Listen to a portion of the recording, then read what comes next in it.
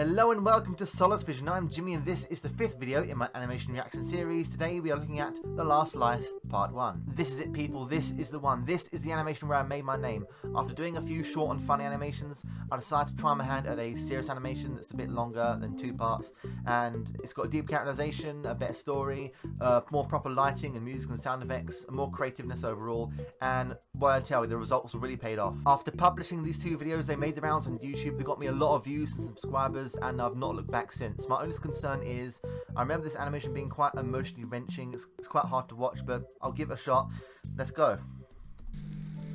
So it starts out with a cheek in the kitchen, cooking some pizzas.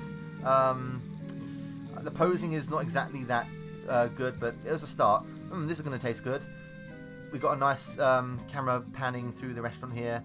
Yeah, I'd really developed my techniques here of like more cinematic qualities, like more camera movements. I like the way it goes to the restaurant. You got like the tables there, and there's Freddy and Bonnie playing chess. You can see the Pirate Cove snap into view there. That's a mistake. Like Pirate Cove, the model, it doesn't like fully show up unless it's fully in view. There's Foxy with his plushie. Yeah, the movement is still a bit stiff. You can see their joints like snapping back and forth. It's not the best, but again, I was an absolute beginner here. Oh, it's done. There you go. I like that little stroll she does away from the oven. There's the box. So she cooks the pizza, then she puts the oh, you smell something? Pizza, yes. And he runs out the cove. I've not seen this in such a long time, in years. I completely forgot how this went. So she eats the, I know she's a robot, she eats pizza. Don't ask how that works. What? Only 1 slice left. Oh, stop. Yeah, you'll notice there's no voice acting here. I couldn't find any good voice actors for these subtitles, and I didn't want to waste time doing that, so I just put the subtitles in there, and you can like have your own voice in your head, voice the characters.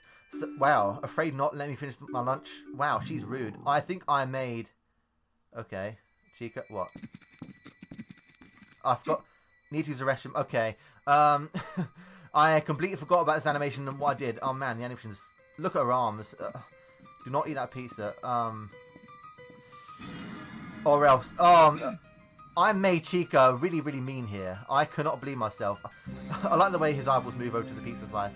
So as you know, basically, I must resist. So yeah, so Fox is really, really hungry. He hasn't eaten anything all day, so he eats the pizza slice and, or heck breaks loose. That's the sandwich sound effect. There's, oh no, what have I done? Oh, Chica's not going to be happy. That is a very, very bad walk cycle. After the 12-bit animation, I clearly hadn't learned how to do it. I kind of, oh no, oh no. There they are. Oh no, oh no. Yeah, this is where it gets very, very heartbreaking. I should not have made it like this. I should not have made it this emotionally devastating. Yeah, the animation ends there and it continues from there in part 2. I have not seen The Last Slice Part 1 or Part 2 in literally years. I completely forgot how it played out. I do not remember making Chica so callous, but I made her really, really mean. I really regret that. But if you think that's bad, it gets even worse in Part 2, as far as I know. Well, that was The Last Slice Part 1. Let's just go on to the thought process now.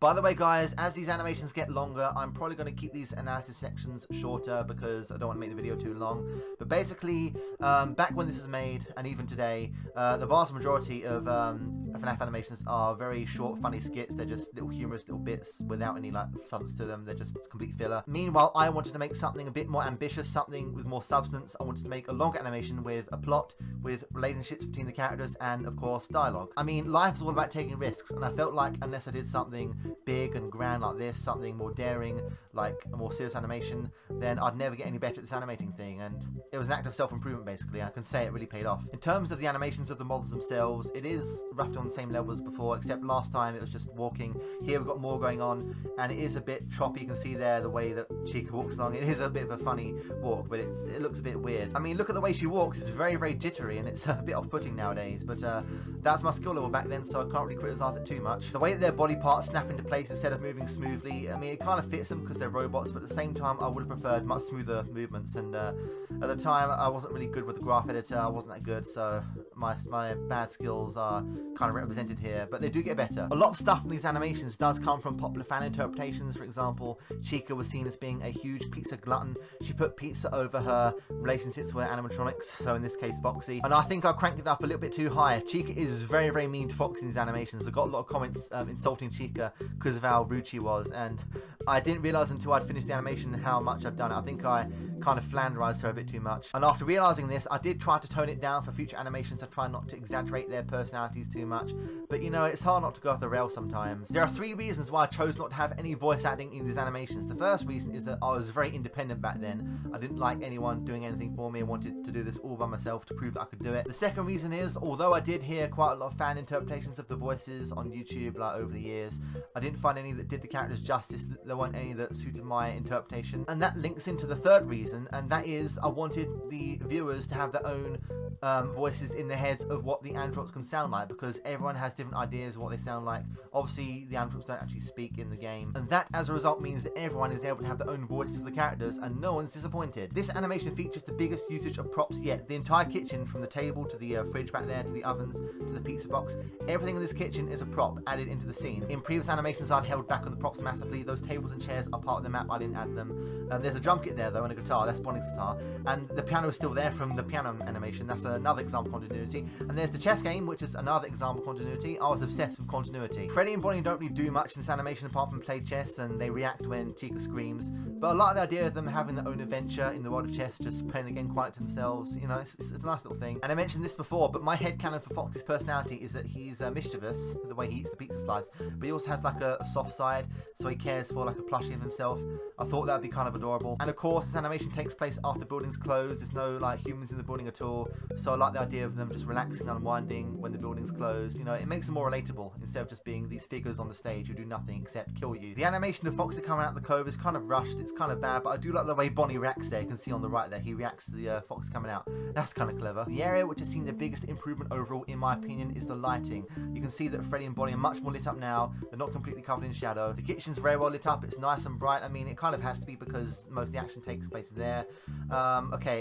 Chica's kind of covered in shadow there, that's a bit of a mistake. But the lighting on Fox is kind of good. I mean, there is only a single light coming down from above on top of him, but I think that's enough. I mean, you can see him, right? You can see there that Chica puts the pizza slice in her mouth and then it just disappears like she eats it. What I did was I cut the scene in two and I deleted the pizza slice from the second scene to make it look like it'd been eaten, create an illusion. And yeah, but I've gotten way more creative with the usage of props and the manipulation of them. One thing I've just noticed is that there's no lip syncing here. I've got the dialogue there, the subtitles, but they're not like moving their lips to the subtitles. In future animations with dialogue, I did move their jaws to the words. In this one, it's a very early one, so I didn't think to do that, but again, early animation. Man, the animation is so bad there. I kind of regressed in the walk cycle department, but I kind of rushed to the end of this. Like, I made the main story and then I thought, oh, let's have a walking. I didn't think to like make a proper walking cycle because I was so lazy. That's how I was back then. Later on I became a lot less lazy, and again, early days. And the part where she screams is kind of funny to some people, but it marks the point where it becomes way more emotional, and I regret making it so emotional. I'm not gonna like watching part 2, I can say that without any hesitation. The part of the animation that I like the most is the camera movement at the beginning, the way it starts out with Chica's feet, then it pans upwards, then zooms forward, and then it drifts through the restaurant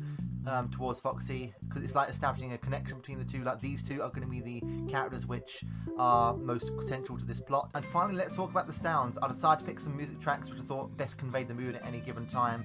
Here the mood is very relaxed because nothing's going on right now. We've got a chess game going on, but yeah, it's all nice and happy. Here it's very tranquil. Foxy's playing with his plushie and, you know, everything's still fine. And then Chica leaves and Foxy starts to become tempted to eat the pizza against Chica's wishes, and you know, he's in a very bad position, so it's very, very tense music. This is TFG music, I'm pretty sure, from the Meet the Spy video. And there's no music in the rest of the video apart from like an ambience in the background, because Foxy's done something very, very bad. He's in deep trouble. And then there's the sound effects. Okay, not only is the walk cycle bad, but the footsteps are not like synced up at all.